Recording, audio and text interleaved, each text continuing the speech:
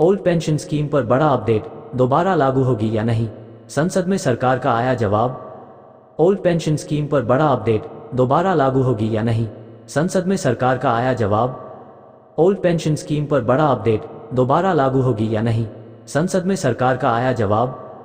Old pension scheme, सरकार से सवाल पूछा गया, क्या सरकार पुरानी पेंशन योजना लागू करने का विचार रखती है? यदि हाँ, तो 1 जनवरी 2004 के बाद सेवा में आए सभी लोगों के लिए इसे कब तक लागू किए जाने की संभावना है?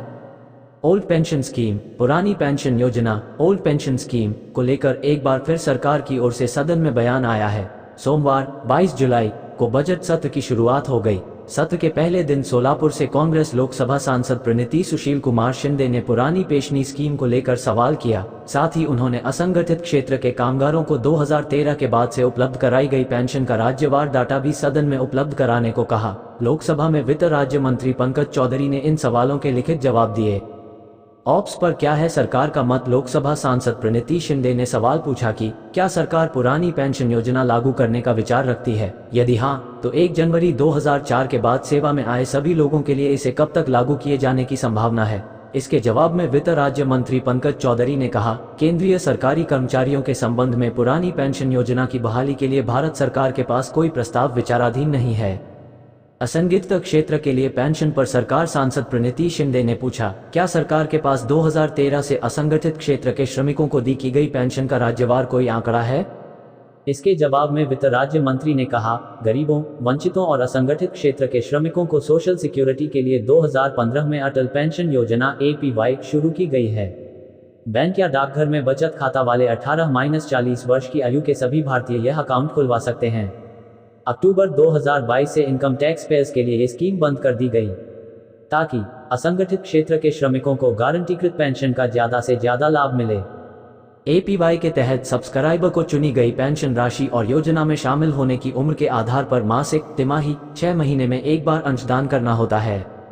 सब्सक्राइबर को 60 वर्ष की आयु के बाद मृत्यु तक चुने गए अंशदान के आधार पर 1000 रुपये प्रति माह, 2000 रुपये प्रति माह, 3000 रुपये प्रति माह, 4000 रुपये प्रति माह या 5000 रुपये प्रति माह की न्यूनतम पेंशन सरकार की ओर से गारंटीड मिलेगी। इसके अलावा योजना के अनुसार सब्सक्राइबर को 60 वर्ष की आयु प्राप्त करने पर पेंशन लाभ मिलेगा। इसलिए APY के तहत पेंशन लाभ 2035 से शुरू होने की उम्मीद है। वित्त राज्य मंत्री ने बताया, 2019 में प्रधानमंत्री श्रम योगी मानधन PMSYM पेंशन योजना भी शुरू की गई है, जिसका मकसद वृद्धावस्था सुरक्षा कवर उपलब्ध कराना है। ये 60 वर्ष की आयु के बाद 3000 रुपये मासिक पेंशन प्रदान करता है। 18-40 वर्ष की आयु के वे श्रमिक जिनकी मासिक आय 15,000 रुपये या उससे कम है और जो EPFO, ESIC, NPS सरकार द्वारा वित्त पोषित के सदस्य नहीं हैं, वे PMSYM योजना में शामिल हो सकते हैं।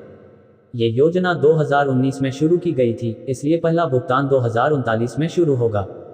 नए साल पर महाराष्ट्र सरकार की सौगात, 26,000 कर्मियों के लिए ऑप्स का रास्ता साफ, कैबिनेट में लगी मोहर।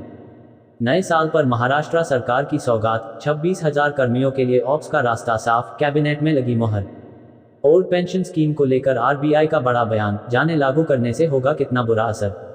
ओल्ड पेंशन स्कीम को लेकर RBI का बड़ा बयान, जाने लागू करने से होगा कितना बुरा असर। चुनावी दंगल और पुरानी पेंशन, क्यों मचा है हल्ला? समझिए ऑप्स और NPS में 10 बड़े अंतर। चुनावी दंगल और पुरानी पेंशन, क्यों मचा है हल्ला? समझिए ऑप्स और NPS में 10 बड़े अंतर। ओल्ड पेंशन, इस राज्य के कर्मचारियों के लिए भी खुल गई ओल्ड पेंशन की राह, कैबिनेट में ऑप्स लागू करने को मिली मंजूरी। ओल्ड पेंशन, इस राज्य के कर्मचारियों के लिए भी खुल गई ओल्ड पेंशन की राह, कैबिनेट में ऑप्स लागू करने को मिली मंजूरी। सर्वाधिकार कॉपीराइट।